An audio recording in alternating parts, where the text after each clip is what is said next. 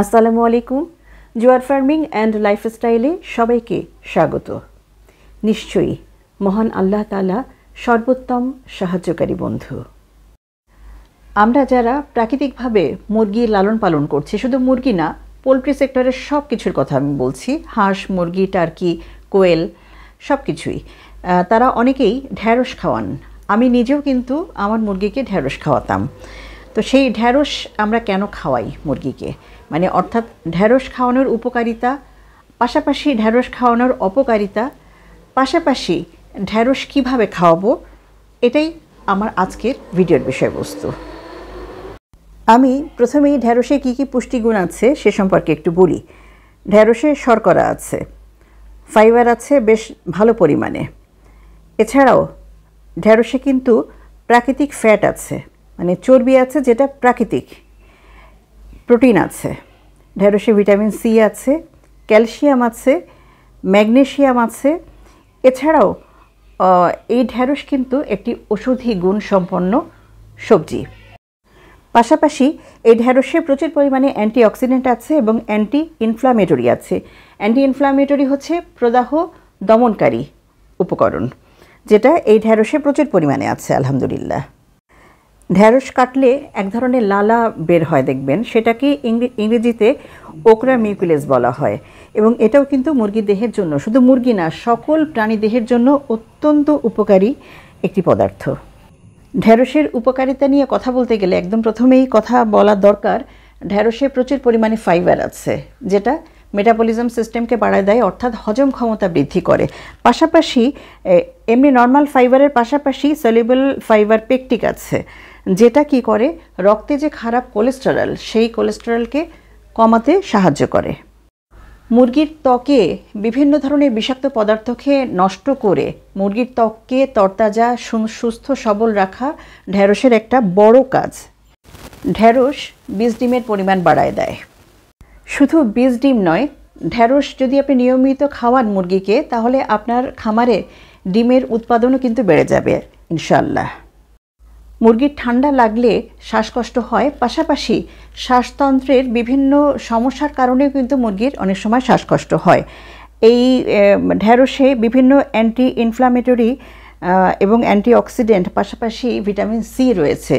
এগুলো কি করে, সেই শ্বাসতন্ত্রজনিত সমস্যার কারণে যে শ্বাসকষ্ট হওয়া, সে শ্বাসকষ্ট হওয়াটাকে কমায় দেয় বা নির্মূল করে। যেহেতু ঢ্যাঁড়সে প্রচুর পরিমাণে ভিটামিন সি, অ্যান্টিঅক্সিডেন্ট, তারপরে ক্যালসিয়াম, ম্যাগনেসিয়াম, ম্যাঙ্গানিজ আছে, এগুলো কি করে মুরগির রোগ প্রতিরোধ ক্ষমতা বাড়ায় দেয়। আর আমি ডিমের উৎপাদনের কথা বলছিলাম, সেখানেও কিন্তু এই ম্যাগনেসিয়াম, ম্যাঙ্গানিজ, ক্যালসিয়াম এগুলো ভীষণভাবে কাজ করে। ঢ্যাঁড়স কি করে, মুরগির পালককে সুন্দর করে, মুরগির চেহারাকে সুন্দর করে। যেহেতু অ্যান্টিঅক্সিডেন্ট আছে, ভিটামিন সি আছে, এর কারণেই মুরগির চেহারাকে বা পালককে উন্নত করে। এছাড়া বিষণ্ণতা দূর করে। দেখবেন মুরগি অনেক সময় ঝিমায় থাকে, দুর্বল ভাব থাকে, এই দুর্বলতা কমাতে ভীষণভাবে কার্যকরী ভূমিকা পালন করে ঢ্যাঁড়স বা ভেন্ডি। ঢ্যাঁড়সে প্রচুর পরিমাণ ভিটামিন এ আছে, অ্যান্টিঅক্সিডেন্ট আছে, এছাড়া লিউটিন আছে, যেটা মুরগির চোখের দৃষ্টিশক্তিকে ভালো করে। ঢ্যাঁড়সে প্রচুর পরিমাণে ভিটামিন, মিনারেলস থাকা সত্ত্বেও ঢ্যাঁড়স কিন্তু লো ক্যালোরিযুক্ত খাবার, অর্থাৎ ক্যালোরির পরিমাণ এখানে কম।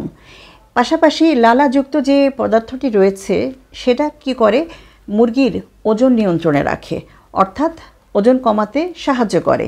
তার মানে ডিমের জন্য যারা মুরগি পালন করছেন, তাদের জন্য ঢ্যাঁড়স কিন্তু অত্যন্ত ভালো। অনেক সময় দেখা যায় খামারে মুরগির কোষ্ঠকাঠিন্য দেখা দেয়। হ্যাঁ, কোষ্ঠকাঠিন্য হলে খামারি একটু খেয়াল করলে বুঝতে পারবে যে মুরগি অস্বস্তি ফিল করছে, হ্যাঁ, মুরগির পায়খানা যেটুকুন বেরোচ্ছে সেটুকুন খুব শক্ত। তখন আপনি বুঝে নেবেন যে আপনার উচ্চ প্রোটিনযুক্ত খাবার বেশি হয়ে যাচ্ছে, আঁশ কম হয়ে যাচ্ছে।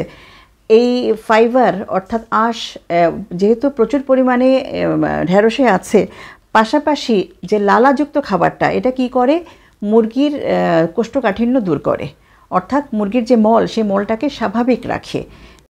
এখন কথা হচ্ছে যে এই ঢ্যাঁড়স আমরা কিভাবে মুরগিকে খাওয়াবো।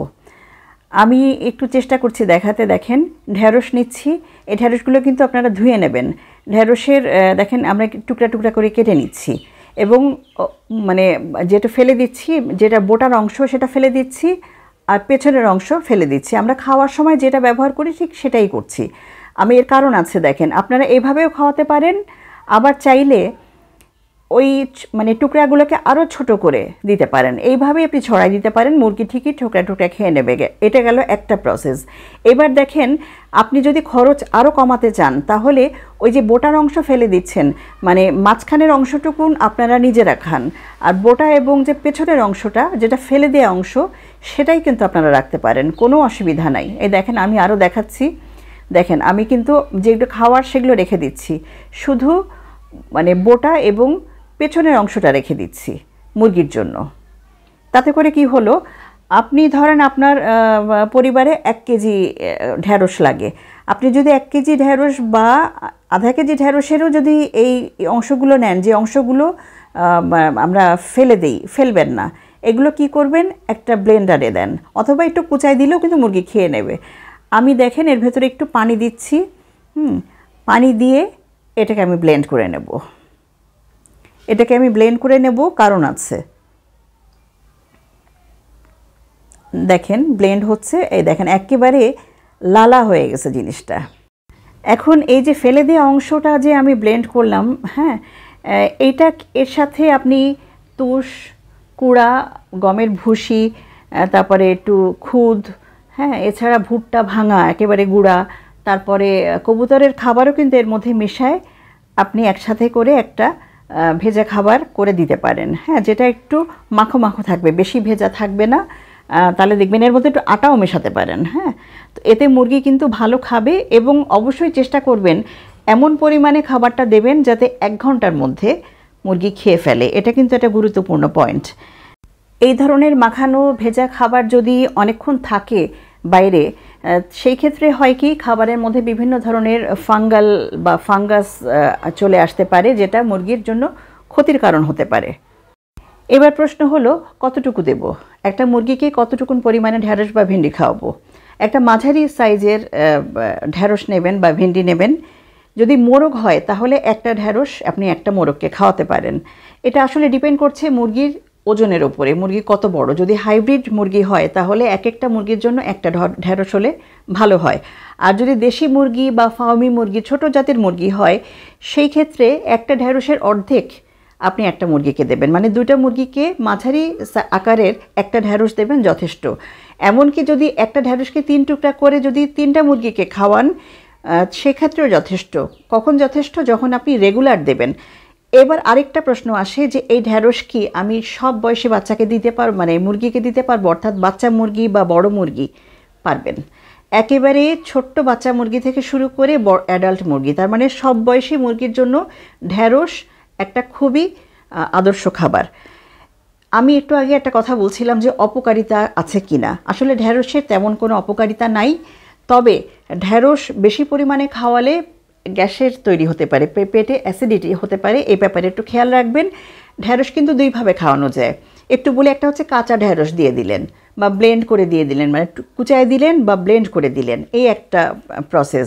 আরেকটা প্রসেস হচ্ছে আপনি আস্ত ঢ্যাঁড়সকে একটু হালকা করে সিদ্ধ করে নিলেন, হ্যাঁ, তারপরে ওটাকে চটকায় দেবেন। এখন আপনার মুরগির হজম ক্ষমতা কেমন তার উপর ডিপেন্ড করছে। হজম ক্ষমতা যদি একটু কম হয়, সেই ক্ষেত্রে আপনি যদি একটু রান্না করে মানে সিদ্ধ করে দেন, সেই ক্ষেত্রে কিন্তু খারাপ হয় না, ভালোই হবে।